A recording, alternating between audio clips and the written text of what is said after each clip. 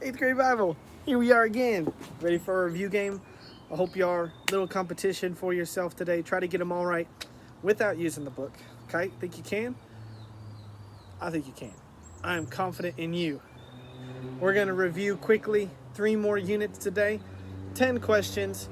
As we did yesterday, take a picture of the questions, do them on Microsoft Word, whatever you got to do, and attach them to the assignment page that you read to get to this video today.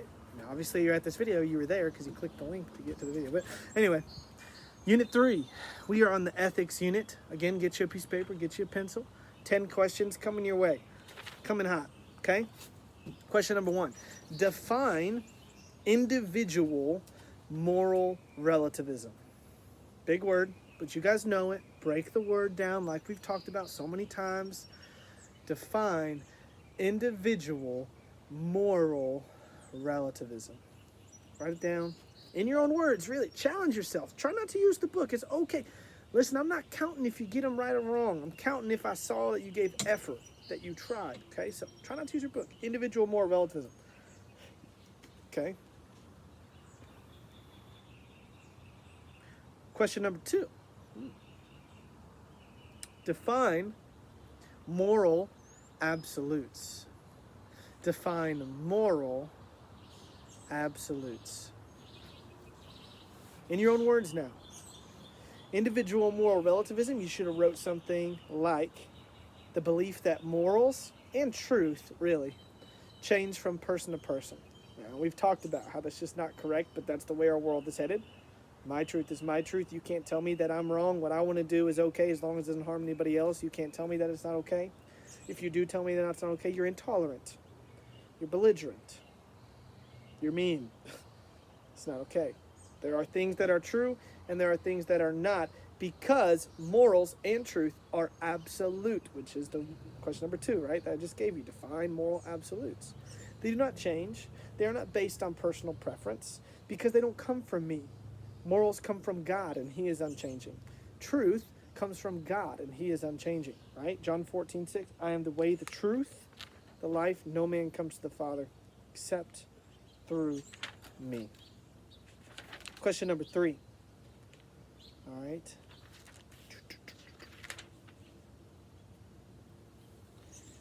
Is it, and we talked about this in class, this one's not in your books, so you really can't use your book on this one. Is it our job as Christians to police the world of sin? Yes or no? Why or why not? Okay? Is it our job as Christians to police the world of sin? Why or why not? When I mean police the world of sin is to go around telling everybody when they're sinning and why they are and why or why not. Tell me your reasoning. Is it our job as Christians to run around and tell the world that they're sinning, why or why not? Why or why not? Okay. That was obviously the ethics unit. I gave you 3 questions from the ethics unit. So we're moving on. Unit 4. All right. I'm going to give you 3 questions from Unit 4. Unit 4 was the biology unit. Remember we watched all that video, all those crazy animals, and talked about how these different animals had to have been designed, really diving into general revelation. And when you look at all these animals and see the detail and the intricacies, it's impossible for them to have evolved. Give me two examples. Okay, question 4. Give me 2 examples of animals that prove God's design, and tell me why they prove God's design. Give me 2. We talked about tons. 2 animals that prove God designed them, and why those animals prove that God designed them. There's a wasp right there. I hate wasps. Where'd it go? There it is. It's a red one. That's weird. 2 examples. Animals that God designed and why they prove that He designed them. Okay? That's question 4. Question 5. Define abiogenesis. Abiogenesis. Define it in your own words. Define abiogenesis. Why are you doing that? 2 animals. I probably would have said the giraffe, right? We talked about the brain and how there's a sponge around the brain so that when it bends down to have water, drink water, that sponge soaks in the extra blood that's rushing to its head so its head doesn't explode. If it would have evolved, it would have just kept dying every time it bent down to drink water. Doesn't make sense. Second one I probably would have said was the bombarder beetle, the one that like shoots those toxins out of its butt, basically. It's got like a little thing back there to protect it from prey. The compartments are perfectly aligned and designed to where if they weren't, it would have died every time it tried to protect itself from prey. Couldn't have evolved. Had to be have designed. It had to be designed exactly how it is now. But question 5 was define abiogenesis. Define abiogenesis.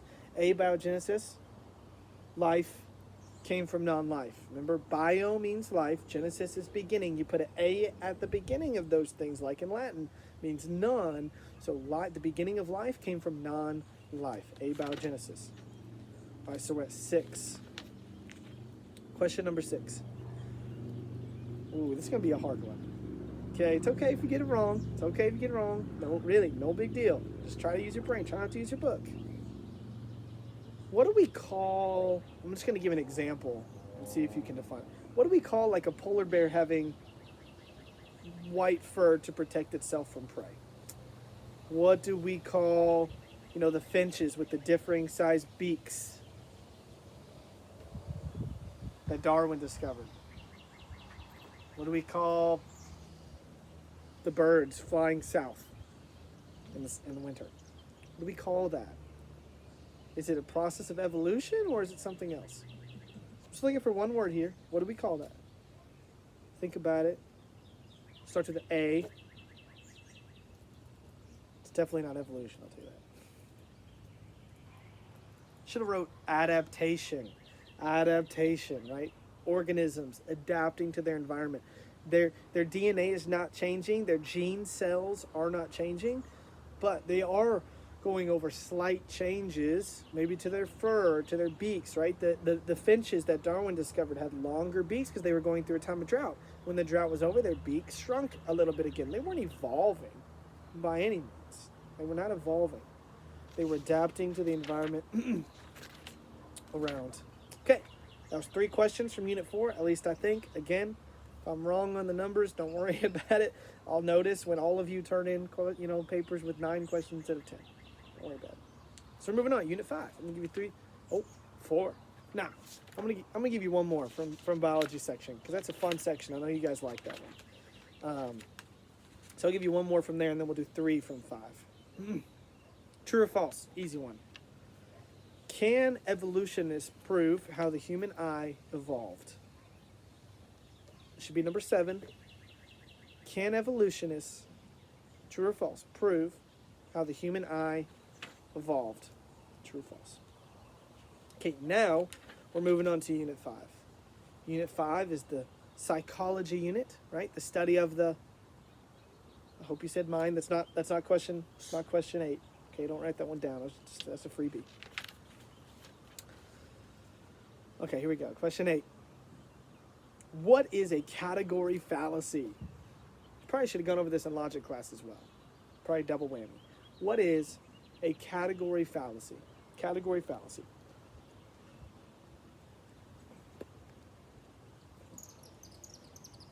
Okay. You should have said something like a category fallacy is mistakenly applying a category to an object or subject that does not apply, right? If I look at chalk and I say, wow, that just smells red. Doesn't make sense. The color red doesn't smell, right? I mistakenly applied a category to an object that it does not apply to. Okay, question 9. From the psychology unit. Okay? Let me see. Define naturalistic monism. Break the word down. I know, it's a big word, but we went through this all year where we broke these words down. Define naturalistic monism. And again, in the psychology unit, so we're talking about the makeup of the human. What makes a human? What are they contained of? What are they made of? Define naturalistic monism. Hopefully you wrote something that was like the belief that the body is only physical. There is no spiritual aspect of it. Obviously that's wrong, which leads me to question 10, right? If naturalistic monism says the mind and the body is only physical, there is no spiritual side of it. And if transcendental monism says, well, the body's only spiritual, the mind is only spiritual, spirit, there is no physical side of it, what is the term that we as Christians believe the body is made up of? The term that says we are natural, meaning physical, and we are spiritual. There are both. There's two essences. What is that called? I'll give you a hint. Psychological, and the last word starts with a D. Psychological what? What is the belief that the mind is made up of physical and spiritual? Physical and spiritual. Okay. Well, that's it. That's 10 questions. At least I hope it was. Turn those into the assignment page, the place where you clicked this link to get to this video. Love you guys. 2 more days of me, anyway, seeing me. Because again, the last week of class, you're going to have a little assignment where you're going to review on your own.